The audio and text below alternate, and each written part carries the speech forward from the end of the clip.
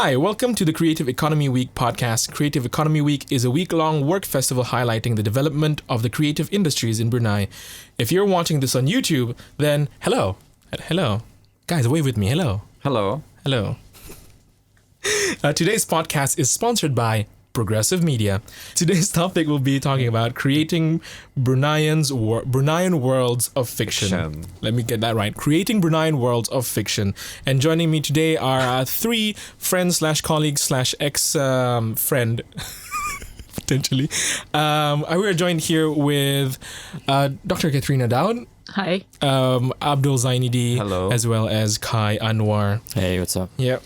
So I guess before we go to the main thing, perhaps everyone can just briefly introduce themselves with a little bit of their work that revolves around Bruneian content. Let's start with Khai. Hi everybody, my name is Khai. I'm the professional idiot. I'm also the token brown guy in any situations.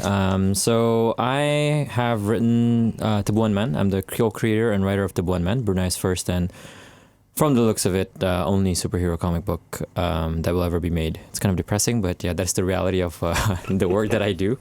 Yeah, that's it. Okay. Abdulzanidi, please. Hello, I'm Abdulzanidi, an independent film director and writer. I guess I'm famous for my short films Vanishing Children.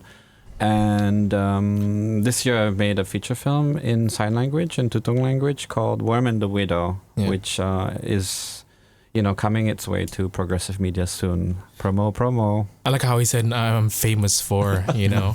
Did I say famous? Yeah, you did. Oh, crap. Yeah. Known. And we have Miss Catharina Daud. Hi, my name is Catharina. I am the author of The Fisherman King, which is a novel that was shortlisted for the Epigram Books Fiction Prize in 2020. My second novel has been longlisted for the Epigram Prize Books Fiction Prize 2021. I'm a playwright for Salted Egg Theatre, a local all-female theatre group. And I'm also an editor for Heartwrite Co., which is a local independent publishing company. All of them writing on paper. Yes. Just for the sake of understanding to the audience, what is an epigram? What is an epigram? Wow. It's a bigger version of the EpiPen. Oh, right. Yeah, no, this is a lie. Please, Dr. Kat, tell us what is EpiPen. It would be smaller, if anything, because it's gram rather than... This shows how smart I am. We are. Epigram Books is a Singaporean independent publisher with offices in Singapore and London. Right. Okay. So based on what everyone has listened to, everyone has their own share of creating their own types of content. But I guess in terms of what we're talking about today is mostly of how we inject Bruneian as an identity, how all these types of stories interrelate with one thing. Just keep repeating myself. Yeah. The Bruneian content. Usually my easiest question would be like, what makes a Bruneian? It's very broad, but maybe we can, dig a little bit deeper of what makes a Bruneian. So perhaps with the context of. Let's say Abdulzanidi to begin with, he has made a couple of films, and even his latest one focuses around Tutong language, and you always try to incorporate a lot of Bruneians in it. So, but before we get into The Worm and the Widow, what would you say of how you have put Brunei as its own identity in your films? I'd say a lot of it has to do with how we portray ourselves in our work, I think. For me, I think that identity can be projected from the creator into our works. I've always, I think some of you know, tried to portray a different side of Brunei. However surreal or odd or abstract I present Brunei in, I still feel that overall, I'm still presenting and representing Brunei in a very different yet unique way, I think. I, for example, Vanishing Children, I know it's a very odd sort of film to use, but a lot of people, when they see this film, they would never associate Brunei with this sort of content, but then it is quite, unique in a way, because people would be like, oh, I've never seen such a location, and I never knew such superstitions exist about entering a house, and then salaming and not salaming could be, the difference between getting lost or disappearing or something like that. So, yeah. And how does that compete with something that is really in front of your face, like Angkor in Parkland, but is still represented as a very art house, How would you say about that one? I'd say Angkor in Parkland is more towards what we see happening in Brunei in terms of, like, for example, it is actually more about unemployment, that film, and the sort of like mystical side of dealing with unemployment, Right. melarikan diri ke Parkland, escaping to a Parkland, and which is Parkland is, it's varied. It has different meanings, but for a Bruneian audience, I think some people will get the gist of what it's like to be unemployed and just not doing anything, to stagnate, Stagnation is very important in that film, and people see it, and then, people see that, oh, this is Brunei jungle. And does that mean that we associate Brunei jungle with vast nothingness? Something like that. And generally, people outside Brunei appreciate that film. Cool. I couldn't relate to unemployment, but I could relate to being stagnant all the time. How do you feel about the question that I presented earlier, Kat? Can I call you Kat? Yes, you usually do. So I don't know why that would change now. I think it's a very difficult question to answer. And I don't think the point of art is to answer that question. Yes. But to pose it in several different ways. Like, what does it mean to be Bruneian? And I think in this context, all of our art maybe is a different way of asking and answering that question. So I think anything that comes out of anyone who identifies as Bruneian is by its very nature Bruneian, because there's a multitude of Bruneian experiences, all of them equally valid. So I think the question is open and the answers are open. Yeah. So if we just pinpoint a little bit then on when you were writing, where do your inspirations come from? Is it a lot on your background as a Bruneian, or is it based on inspirations that you see or gather or experience from outside of the country instead? I think a mix of both. So The Fisherman King is set in Kampung Air primarily, and I didn't grow up in Kampung Air.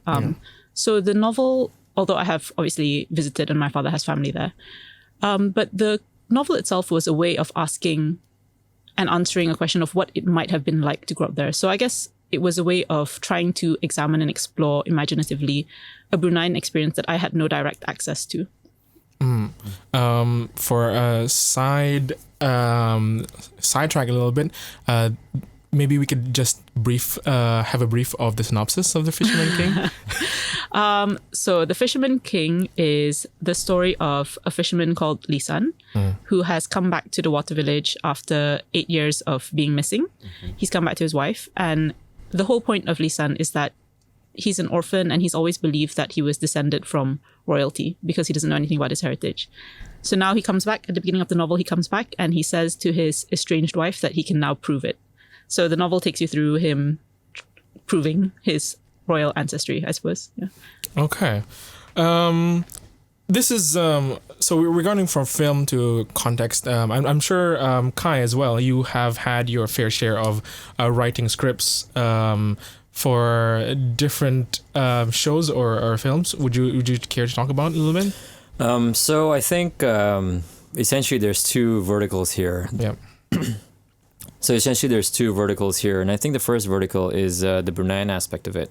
I think I'm the least Bruneian person in the room at the moment, but I have grown up reading stuff like the story of Nakora Manes, Aung Samaun, and these are our mythologies. These are the mythologies that we hold to ourselves. But I'm also obsessed with Western history. So, the stories of Zeus, the stories of Apollo, and all the Greek gods and Olympians. And in writing Tubuan Man, it's vastly different from when I was writing, let's say, scripts. Most of the scripts I write are very orang putih, and like it's very white. It takes place in like a coffee shop in New York, and stuff like that. Because obviously these are things I hope to like sell to the other side of the world. Last year, I don't know if you remember, but we worked on a little thing. It's hopefully out soon on Progressive Media. We worked on a little thing where I had to really examine my own culture. Yeah. I've only been back to my motherland. Motherland's so weird. Why am I so weird? I've only been back to the country on my passport once in my life. I don't know anybody there. But my parents have always raised us with this sense of nostalgia. Like they go like, I remember when we were like fishing when we were kids. I'm like, this doesn't make sense. Like, why do I even care? Like, I don't even know what village you're talking about. So I had to really examine a lot of things there because to me personally, like, the history of the country where I'm originating from is so foreign to me. Like I know nothing about that, and yet I'm so ingrained in the Bruneian history. So for how many years have you been here? Born and raised, man. Probably be buried here too. So having examined that, having accepted that, I guess Bruneian history, Bruneian mythology is my history, is my mythology. Right. When I was going into Tubuan Man, I had to write a story. So the story behind it is that Adi, the artist, my co-creator, he just drew a character and he just threw it to me and said, I need a character, I need a story, I need everything. So I thought, what are the things I grew up watching? What are the things I grew up reading? And the stories of like ancient Brunei, Kota Batu, how Ferdinand Magellan and Antonio Pigafetta came to Brunei, and their descriptions of Brunei. These things were so fascinating to me because these were an external opinion of what this country called Brunei really is. And so I had to take that. I had to take those experiences and create this fake world where basically Brunei had like ancient warriors and stuff, but we don't know if they did, right? We don't really have those records anymore. So I think for me, identifying the history of Brunei immediately makes you closer to creating content that makes you Bruneian. I think if you address anything like Kat and AB have said, is that for film, it's projecting yourself into the story and putting that there. And for Dr. Kat, she's writing about a guy who obviously thinks he's royalty, which is an institution in Brunei that's been around forever and it will be here forever. And so I think for me, it's to do with identifying aspects of Bruneian culture that you can connect with and you can put into a story. So between identity and culture, a lot of times I ask people of what is Bruneian identity and what is Bruneian culture. People always manage to just think it's one and the same and have very similar answers. From what I've learned through my, being born here and probably being buried here, is that being a Bruneian and how the culture changes is not based on what we grew up with. As in, my interpretation of culture has always been like to separate that culture and tradition. Tradition is something that you always know that is accustomed to Brunei, but culture is always changes with what you grow up with in a more defining era. I would say. So if something as simple as people clipping nails before when they were younger, you can't do that in older year. Past 20, 30 years, you can't do that because of the reasoning that there's no light to assist you with. But now, at night, you can do that because you have, proper lighting effects. So that was also a content that AB has recently I'm now known made. as AB now. Yeah. Sorry, AB. Thanks, Kat. With Balau. Yes, right? That's right. So what is the understanding of culture and identity for each and everyone? Anyone can start. Generally, I might have been a bit confusing of how I phrased my stories, but what do you think, Kat? If I can understand your question, Yeah. you're trying to ask about how Nobody understands my yeah, questions. it was a very abstract question. It's quite difficult. Yeah. Are you asking about the way that art shapes culture and directs how we think about tradition or how we bring tradition into the contemporary culture? I guess it's I guess it can be interpreted as any way as you can, but I'd say how culture affects identity maybe instead, you know. So what is the relationship between culture and identity? I mean, I feel like there are a lot of very academic answers to this question. So let's go as creative as possible. So the question is, what is the relationship between culture and identity? I don't know. That's a very difficult question. That is a very difficult question. Why didn't you try it, Amy? Yeah, On this Akil exam. I don't know. Culture and identity. Let's see. Culture. Yeah, let's try to answer that. What's culture in a nutshell? You would say. I'd say culture is something that defines like who we are. I mean, what we're used to doing, our upbringing, and everything. And identity may be somewhat maybe secondary in a sense. I mean, it's a difficult question because culture can be identity, but then identity is something we can portray, which can be different. I think like culture can shape your identity, but identity is core to who you are, right? It's like it's who you are. I like to think of it as identity is culture is what's around you, and identity is what you take. Okay. Like, I think that's a nice way of putting it. Let's say Tabuan Man. What's the identity? Aside from the fact that it was a quick cash grab, I feel like I'm the least accomplished one here. No, you're not. I am. Oh, humble brag. So if we were to use that as an example, like identity of the one man and the culture that it uses, so how would you differentiate both? Okay, so this is a shameless plug for issue 3 coming out tomorrow. My main character, Azri Ahmad, is he's a very typical. Look, I was raised by a dad who always compared his upbringing to mine. He'd always just be like, when I was your age, like I turned 10. He'd be like, when I was your age, I was 12. Like, it's those kind of things. It's just like, you have it easy, and I think it results in us. I guess myself, I was extremely like, should I even bother doing this? Because, I'm just going to get criticized, until I decided, I have to choose my own way in life. And I think my main character is a reflection of that thing that every man goes through as they hit a certain age. As you hit your late 20s, your early 30s, you go through this crisis of like, okay, am I doing the things I should be doing? And I think a lot of people go through this. And I love how both the guys were just like, no, I get it. So I think for my main character, he's in this position in his life where he's not sure if what he's doing is right, because the world's going through a climate crisis, and he's just like, what if we can't fix it?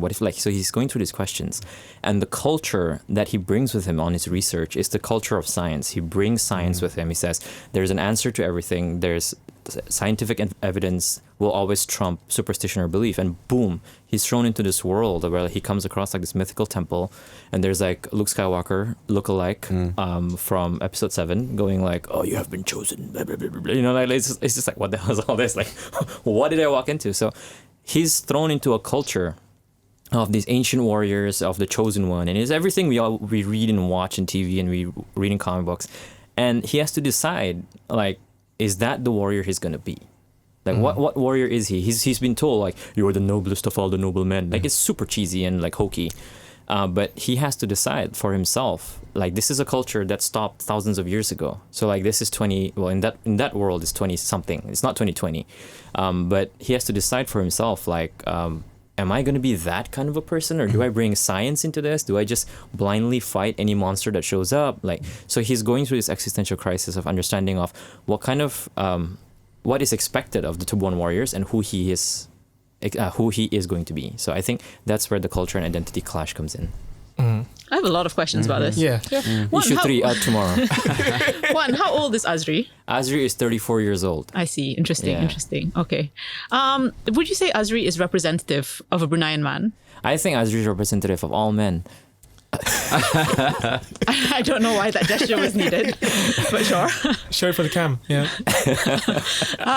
Okay, so he's representative of all men. Yeah. What about him as Bruneian? Him as a Bruneian, I think he's got a very patriotic sense. Like it's a duty, because obviously, like, spoiler alert for the book that's been out for almost a year. Brunei, because we're surrounded by water, the climate crisis has caused a lot of flooding and is causing a lot of problems. I'm gonna be honest, and like the science wasn't really worked out in issue 1. Again, cash grab.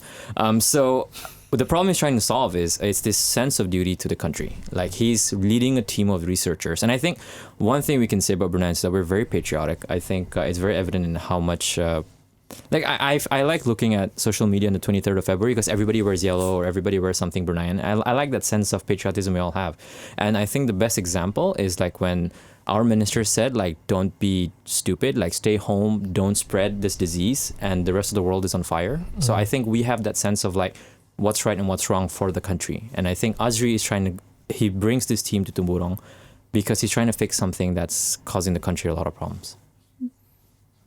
He's very buff. Yeah. Does that answer your? Every man. I unfortunately. Yeah, I guess it doesn't represent every man. Unfortunately, okay. How old are you? No, I'm just kidding. I know it's a superhero trope. Like he has how old are you? Old enough. Okay. So are you Azri? I feel Azri like aged? this disclaimer should be there. We had written him to be skinny. We had written him to be not buff. But for some reason, Adi, the artist, fetishizes superhero bodies. And so when he sent me the first 10 pages, I'm like, why the hell is he so buff? He goes, oh my God, I forgot. Yeah.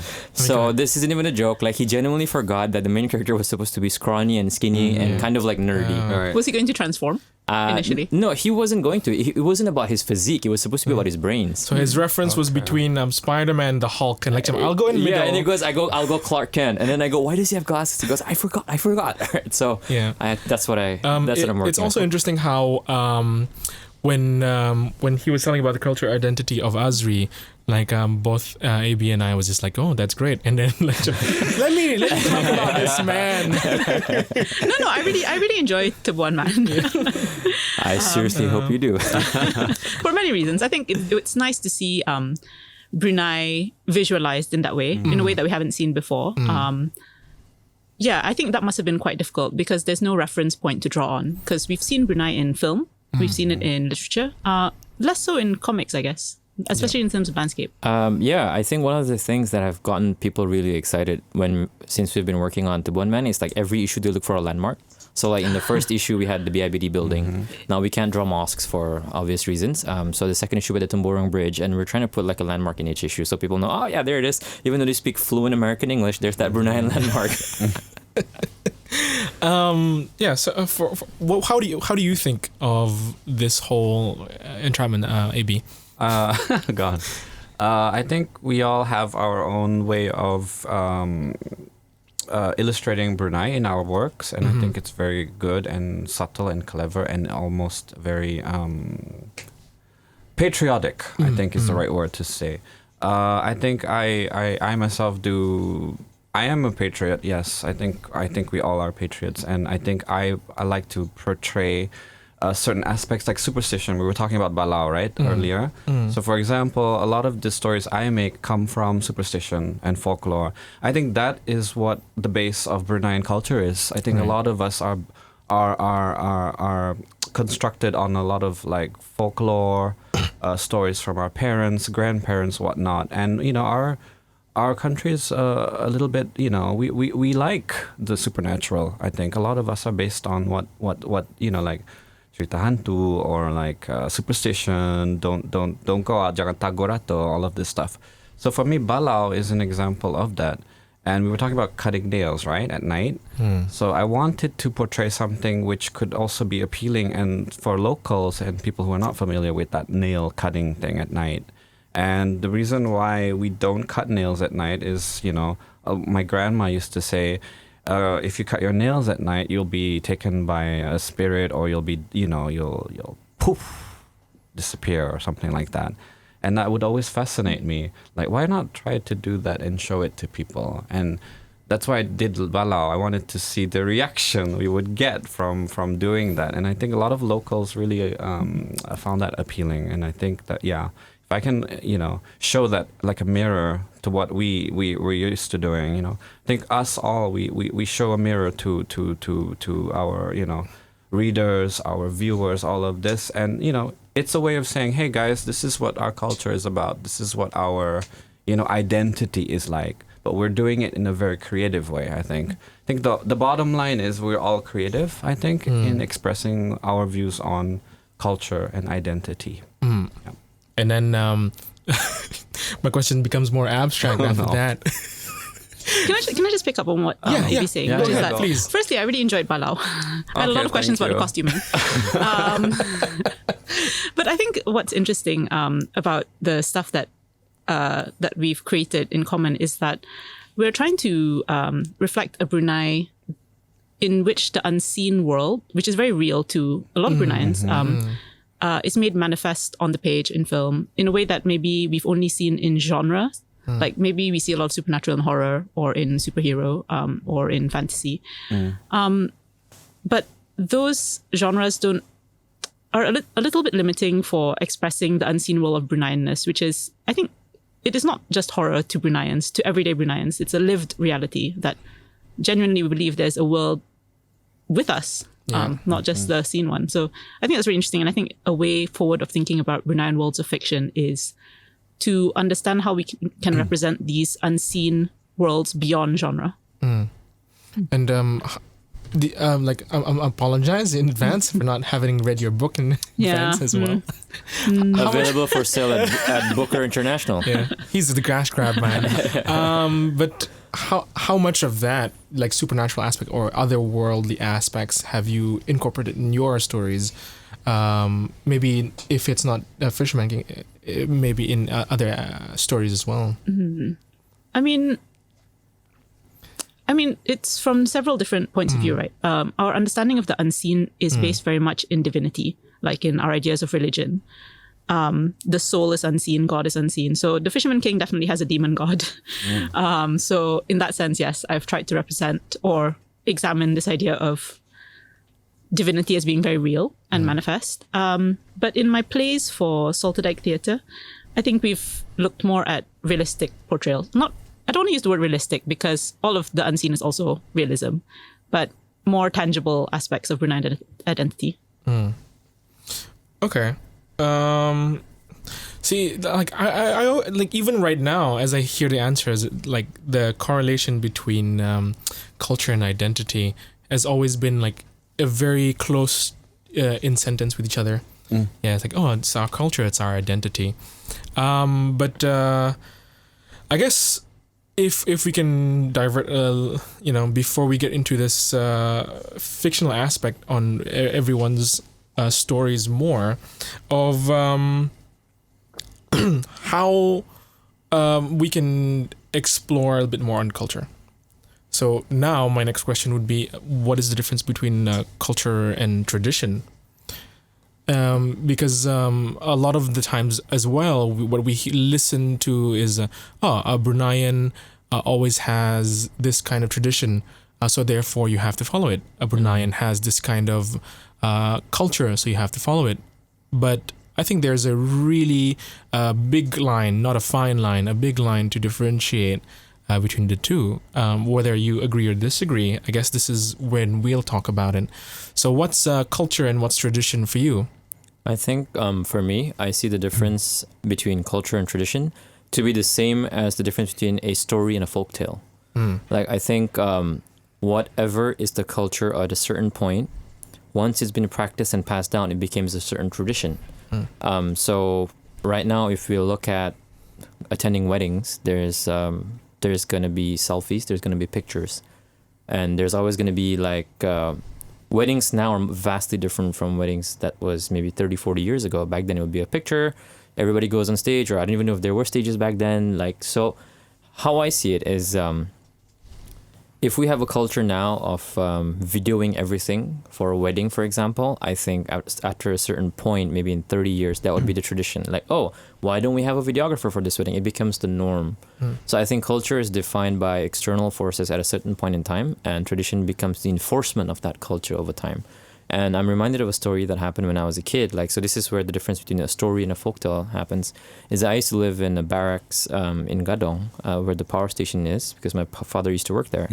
And there was one particular night where, unfortunately, one of our neighbors' siblings had gone into a state of mental breakdown and had run straight into the power areas.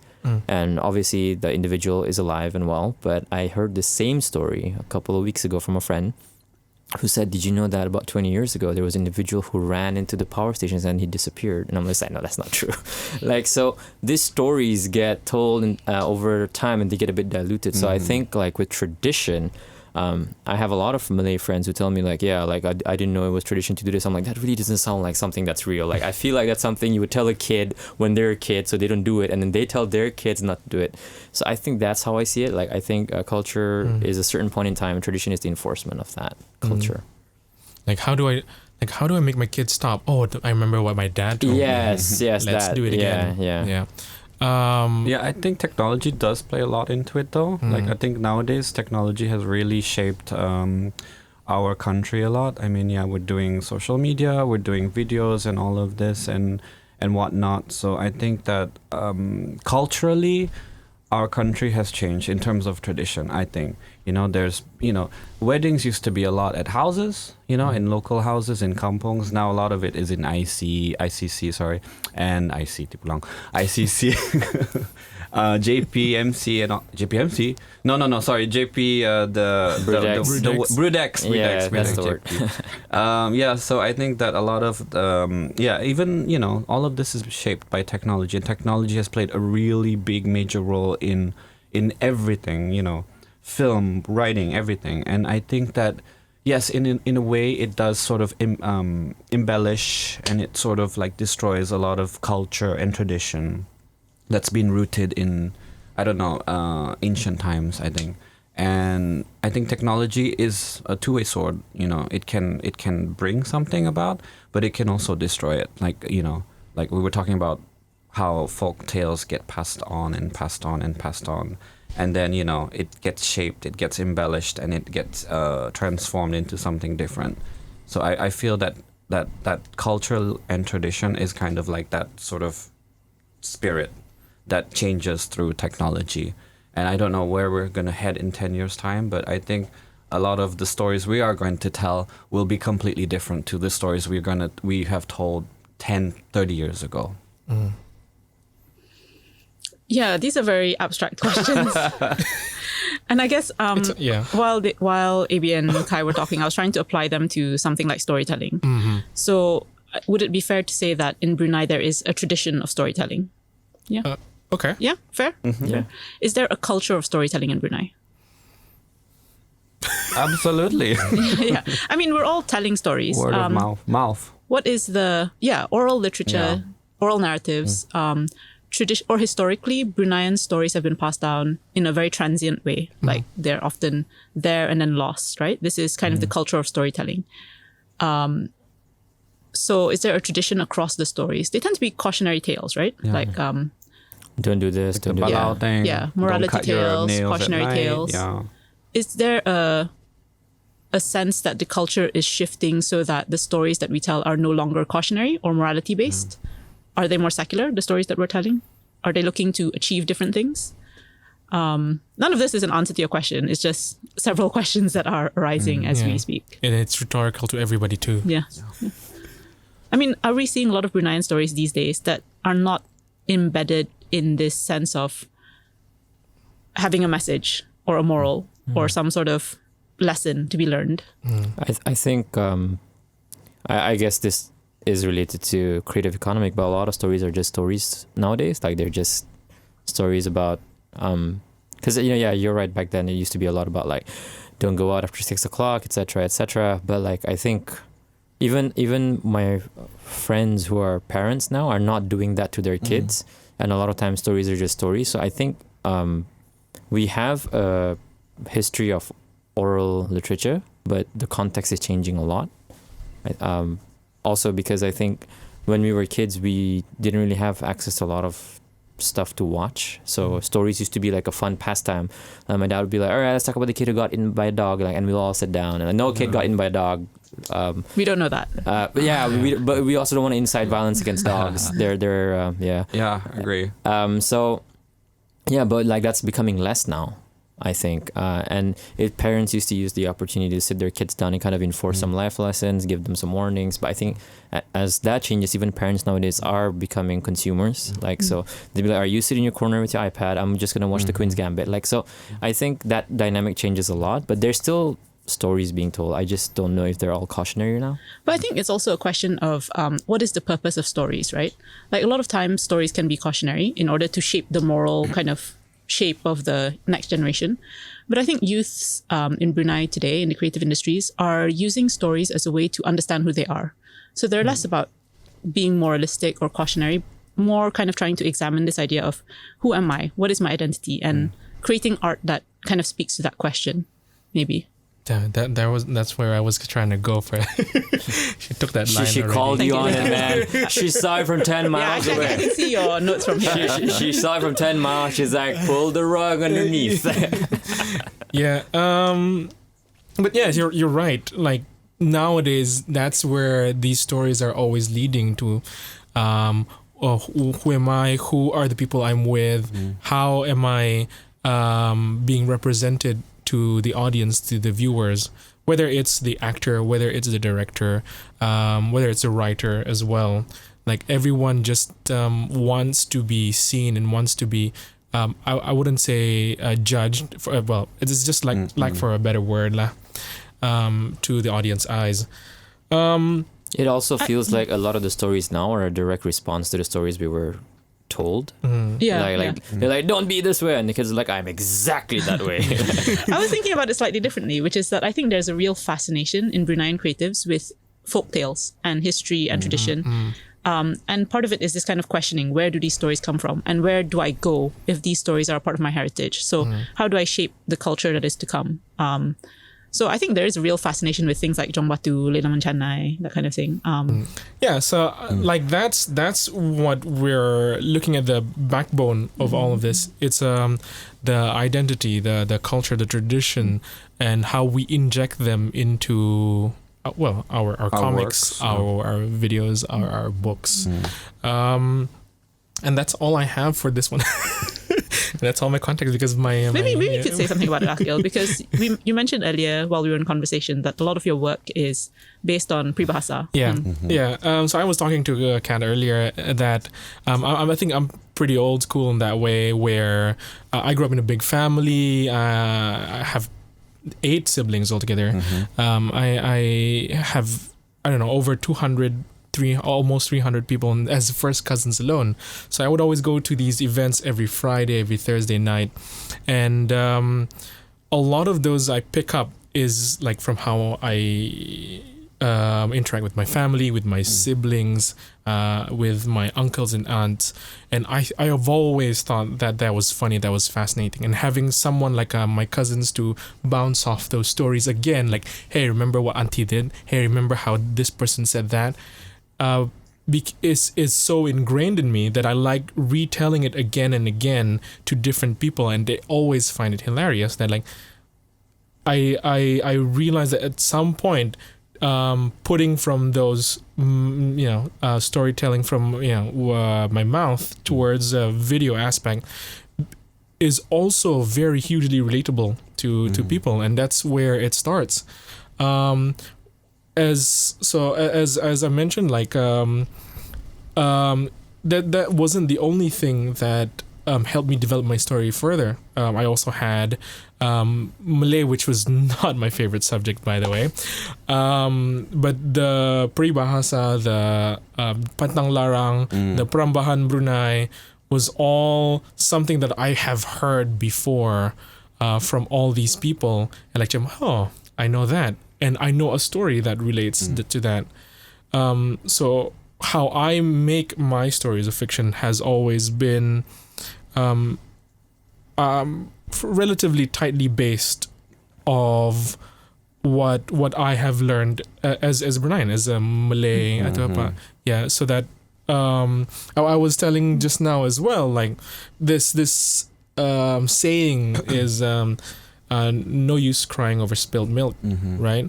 I would write a story based on that message, but my original story, my original objective, my original source was actually based on Nasi Sudah Menjadi Bubur. Yeah, we all have similar contexts that we have with other parts of the world. It's just that how we tell it,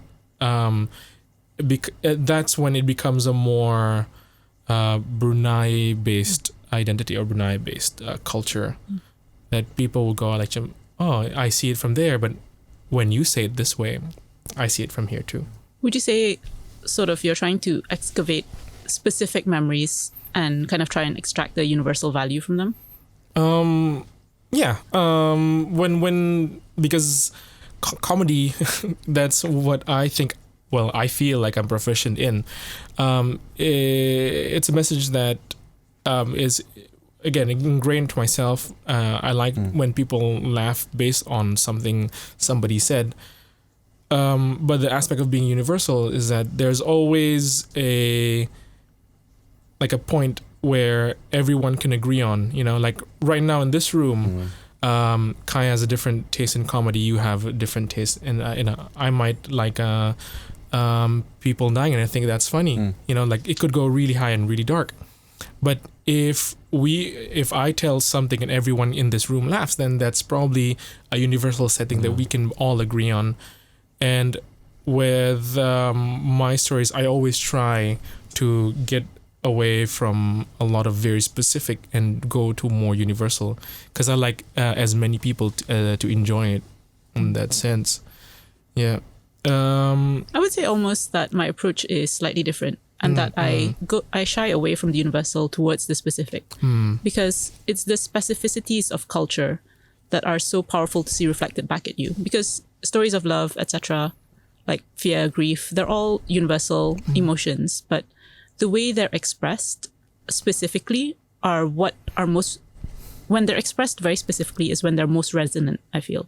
So yeah, you could tell a joke, but all comedy pivots on something specific, right? Yes. Like a very particular incident or a very particular saying or something that we as a community recognize. So I think there's a balance to be made there. Yeah, I know that. Yeah, I was AB going to is say also very specific. Yeah, I was going to talk about specifics through unspecific characters, I would say. I like to tell stories through certain people that don't really have stories that people want to listen to.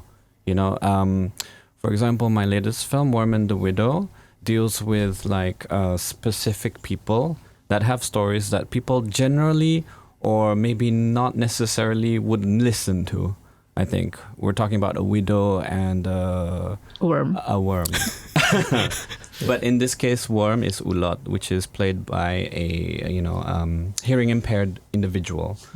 So the reason why I put the title as such, Worm and the Widow, is because these two characters are people that necessarily don't want to, they have something to say, they have a story to tell, but nobody's really relating to it because they don't see them as part of something that society would listen to. So, for example, a widow, or ibu tunggal, as we call it in Malay, not necessarily, we have this negative sort of image of them, and then we have a young hearing impaired boy. Why tell stories when everyone has a story to tell, and why not give them a voice? That's what I'm trying to show in this film, Worm and the Widow. They both have stories to tell, and having them together in this story, in this film, allows people, us especially, those who are not familiar with, having the idea of having a young hearing impaired boy as a lead actor in a film, allows us to enter and open the window into, so they're capable of telling a story. Ibu Tunggal has a story to tell.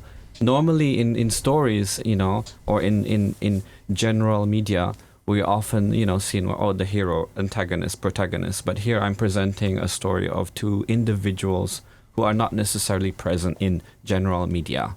So I think that in itself is something that they are specifically going to tell through that story. I think we're going way too deep, but here we go. We're always gonna. This is how it. But at the end of the day, when we try to make this content that we hopefully are very proud of, it's always like going to go to the consumers, and the consumers are Bruneians.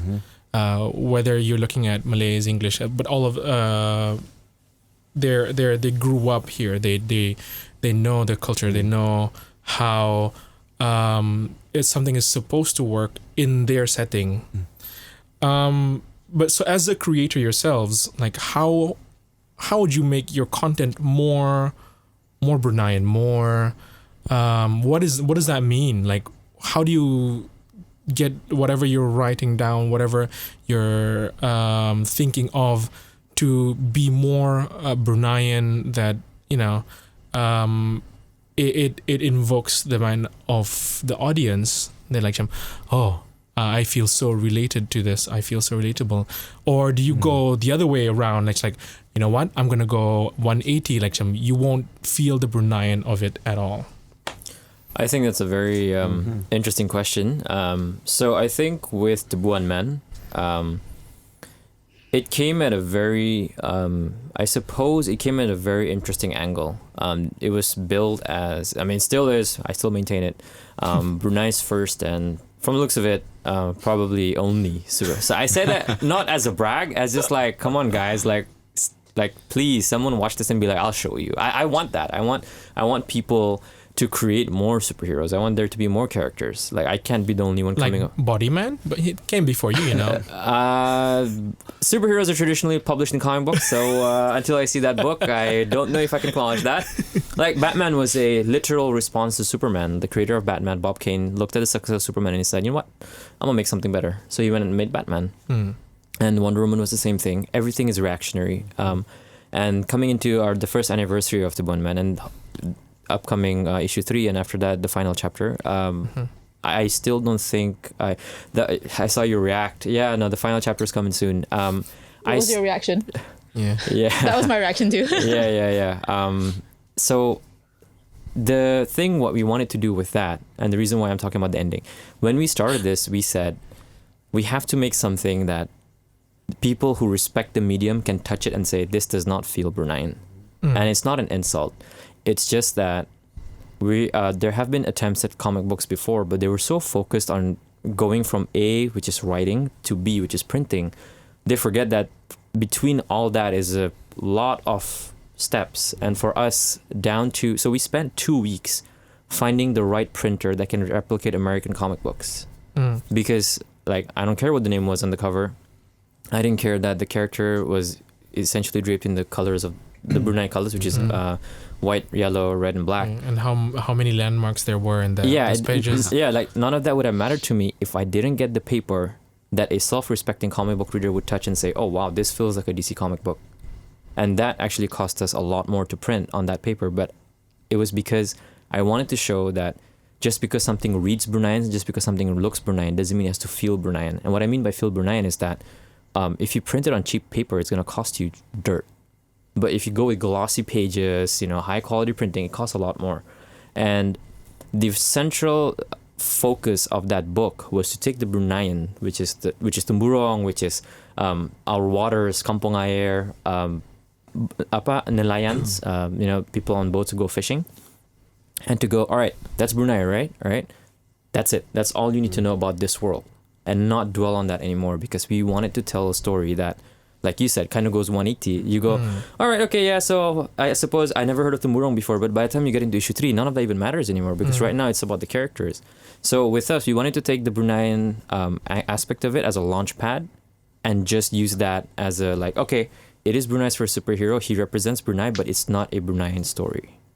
So the reason why I'm saying that is because as we come to the end of the story and we're putting the finishing touches on the final chapter, I realized just how far it's progressed. Like, it started off with like, we're gonna go to Temburong, we're gonna find the cure. Like it started like as this hokey kind of expedition, and then now it's just like a guy who's questioning his existence. Like, do I deserve to be a hero? Now, that's not a spoiler or anything, but I find that the best way to hook people in is to sell that Bruneian thing, like sell the Bruneian image, but tell a story that will work with anybody. And so we went with like, okay, it has to work for any reader. So we tried not to, aside from the name, the colors, and the setting, so essentially those 3 things, the name, the colors, and the setting, could have been anything. Like, this could have been like the Merlion Man. Like, you could have worked in Singapore, you could have worked in Malaysia. The idea is that the story has to be universal, is that it's the hero's journey. So that's what we did with Daud Men. And I think in our advantage, not being specific was a huge advantage. Because if it had gotten too close to Brunei, I think it would have lost quite a lot of readers for us. Because people don't want to read something overly brilliant. They just want to see people punch each other when they're reading a comic book. Yeah, I can feel the judgment from across the room. Not judgment. I guess I'm not very familiar with the genre, so I don't know what the conventions are. I mean, I would agree with a lot of what you've said regarding like representation, but also reflection. Is that how you did it for The Fisherman King, or for your stories in general? Yeah, I mean, I think the question you started with, which was how do we make things more Bruneian, is I think not the point of art, right? The point of art is not to say how do I make something the most Bruneian thing. Yeah. It's more how do I tell a story that by its very nature is Bruneian. It's authentically Bruneian because it came from a Bruneian creator, because it's set in Brunei, because this person would not be the person they are if they were not in Brunei. I think it's not the job of any creator to represent something as multifaceted and complicated as a whole country. It's not reasonable. It's not achievable. But the power is in going into something very, very specific, a very, very specific Bruneian story, and showing how this story expands the idea of universality. I think that's where maybe we have slightly differing points of view on this. I think with Tubuan Men, because it's a visual medium, it's not as immersive as a novel. I think people just want to see like maybe differently immersive. Yes, it's more. I guess it's because it's a visual medium. Yeah, people want to see more than they read. I have had, if I may, Dr. Kat, you yourself missed quite a few speech bubbles in the last book. Came up to me and said, "I didn't understand. Why was he like that?" I'm just like, "Did you not read page 5?" I did read page 5. I think I also said, "Why doesn't Mariam look more like the girls I see every day?" I mean, Clark Kent doesn't look like every American male. Yes. Yeah. Is Azri? Yes, he does. Clark Kent does not. Have you? No, American men don't look like Clark But he's come Kent. to represent this kind of quintessential superhero trope, right? Yeah. So I think with that, again, I wanted a scrawny guy, but Adi drew. But with the other characters, we have really tried to do, because there's no feature that you see and you say that's uniquely a Bruneian feature. It's so tough. Like, especially now, like, I think in this room, no one can pinpoint to anyone and say that's a very classic Bruneian face. Like, I don't think that exists. With, all right, sure, buddy, Bruneian all the way. I think that's part of it, right? Like, everything that we do is trying to expand this idea of Bruneian is one thing. Yeah. There are many, many different Bruneis. Yeah. So I think when it comes to the visual aspect of it, we still tried our best to adhere to the clothing customs with the hijab for Mariam as much as we could. I think I'd even researched like what are the common hijab trends now, so he could make her look more contemporary. It's a terrible way about it, but we've tried. Yeah, I guess it's very interesting how you guys have the world of Brunei set for you, but like how I would set it is always like very I always try to remind the audience of what the setting feels like when you're in Brunei. So as someone who creates videos, like every few minutes, every step of the way, it's like there's always a hint of like someone in the background that does or is represented as a very Bruneian thing, or like someone who's leaving for orang kawin, like a big family, like that, like very menial things, but still it reminds the people like I know where this is. I think with that's a very good point. And Adi and I always argue about this. He says, why aren't we throwing in more Bruneian customs? He says, why are it's okay if they speak full English because we're speaking English right now. He says, but I say this is a problem right now. We have to go through a process of censorship. The moment you throw in something that again reminds the censoring agent or authority that this is Brunei, we can't have this, like that's the concern for us. Like if you have something overtly Bruneian in there, it's a great sales pitch. It's like, you want to see Babadak? Tubuan Men issue 3. Like, it's a great sales pitch. Is that a spoiler? No. No one.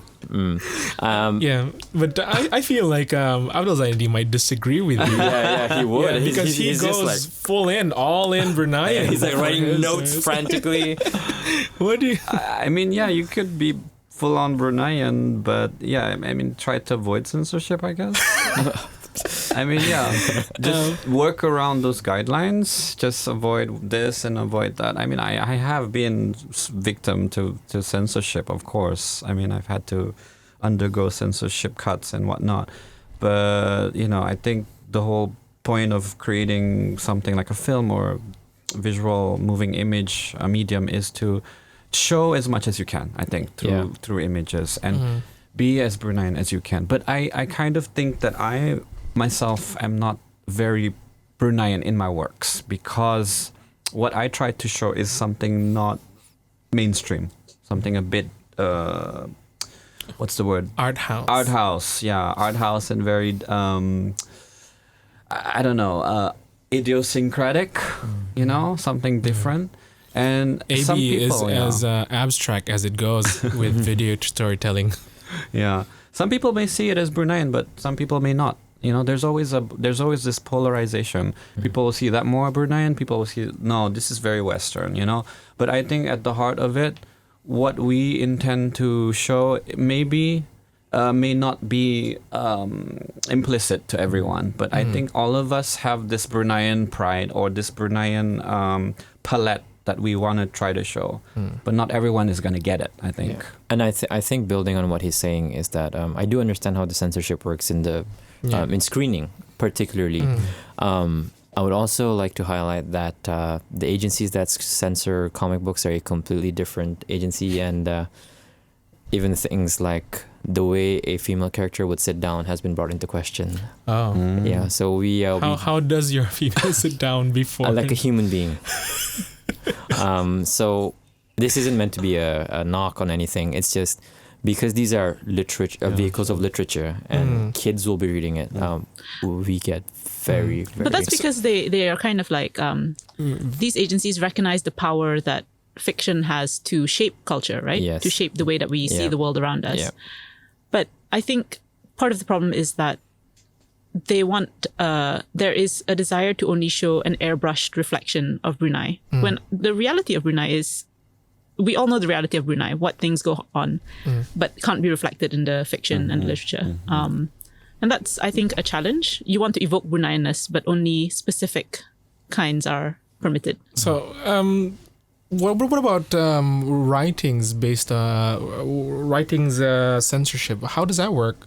Or do you just write and publish? Does someone have to go through it before it goes to the public?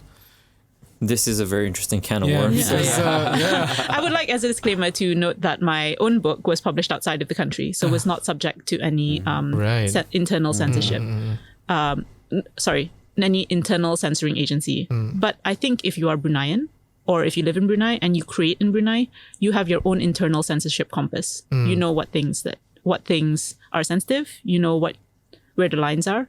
And part of your work as a creator is always to not accept these lines, but to examine them, to decide for yourself what lines are worth blurring a little bit, what lines are worth preserving, that kind of thing. But I think that's a challenge for creators all over the world. Just the lines are different. That's always it. Just recently, I was saying like, Brunei has strict censorship or strict limitation, but that just pushes creatives to be more creative on how we want to. Because we always want to challenge that line. Well, all art has to be revolutionary, right? Otherwise, what's the point? Sounding exactly like what we would be saying. We got censored on a scene that involves punching. Yeah. Okay. They're like, oh, should there be a punching? I'm just like, you mean between the good guy and the bad guy? I think so. Yeah, we got censored for bro fisting. Yeah, like what's bro fisting? Let's fight the censors, man. Yeah, I got censored quite a lot for Woman the Widow too, but I didn't want to ask, but I can imagine. Yeah, but how was Balao? Was that censored at all? No, that wasn't censored. I just fine. sent that straight into UBD. They didn't say anything, so I was like, yes, good. I need to go through censorship. Yeah, but we've probably gone through like a lot more of these censorships, I guess, because we keep trying to churn out the content, and if it keeps trying to get out to the public, every single time we get censored every single time. Yeah. I think it's a rite of passage at this point. Yeah. But we won't stop doing it because we believe in the stuff that we wanna publish. I think it's passion. I think it's all passion based? I think we all want to Cash grab. I think we all want to tell stories of Brunei. I think even the censoring agencies want to tell stories of Brunei. It's just we have different ideas of what that Brunei should be. Okay. I guess this has been very thought-provoking in a sense, because even if it sounds light, I feel that it does make people rethink of how they want to inject their own identity or culture or tradition, as well as how the audience can learn to make things a bit more Brunei in the story, like how they're not limited to making things more Brunei in their story as well. Any closing remarks that you guys wanna say? Just a little bit of brief of maybe advice, a sentence worth to the audience, perhaps. I think, I know I've been making fun of the whole cash grab situation with One Man, but to be honest, I think that's always been the struggle of any content creator. Yeah, but I think on a larger note, there's a lot of pride for Bruneians by Bruneians when they see things that represent Brunei, and I think that's extremely touching. I remember telling Adi a year ago when One Man was coming out, and he was so anxious he couldn't sleep. Sometimes I felt like his wife should be paying attention to him, not me. So he would like text me at like 2:00 in the morning and says, "What if this whole thing fails? What if people hate us?" I said, "Dude, like, this could be a terrible story. Like, it could be an absolutely garbage story, right? He could have been bitten by a radioactive tabuan and he turned into an actual tabuan. I think people would have still supported it, because I think the fact that it has that name, like it's got that Bruneian angle to it, I think people would have supported it. And I think a lot of times when I go through an existential crisis about like, why am I even bothering with this anymore at this point? Just because you've spent so much time on it, you just kind of want it to get it done. I will say that the Bruneian public is genuinely hungry for Bruneian content. Right. So to anybody who's trying to create Bruneian content, I suppose my only sentence, well, it's paragraph. I suppose the only thing I would say is make sure whatever it is you're writing or creating, make sure you believe in it. Because if people start poking it and prodding it and you realize that it's not as firm as you thought it was, I don't think it could stand.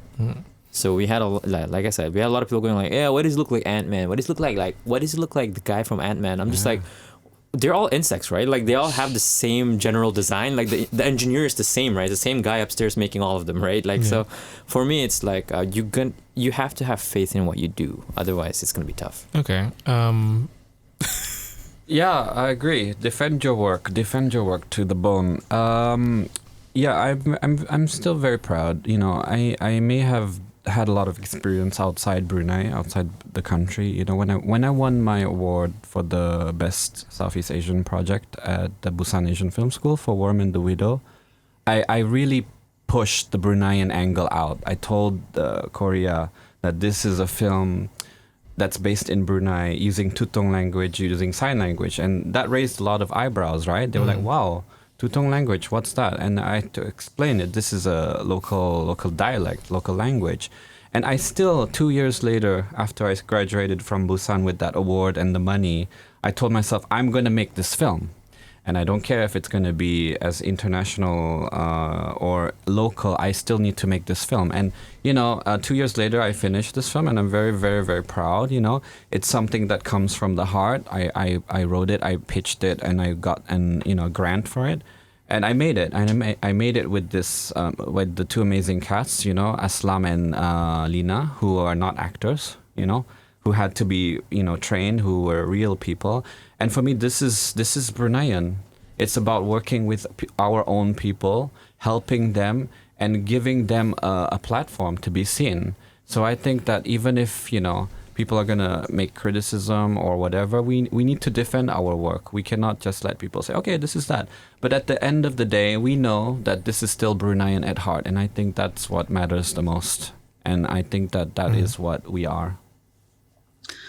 I guess I have two things to say, which is one, I guess Khai had to go through a lot of these existential crises last year, because when I was editing my novel for the publisher, I also had to run a lot of these concerns by him, which is that I was concerned that I wasn't doing justice to Brunei. I was concerned that I was I was worried whether I was disrespecting certain stories by adapting them. So a lot of these concerns come up because you know that your work is going to be consumed both by an international audience who has very little knowledge or understanding of Bruneian customs and culture.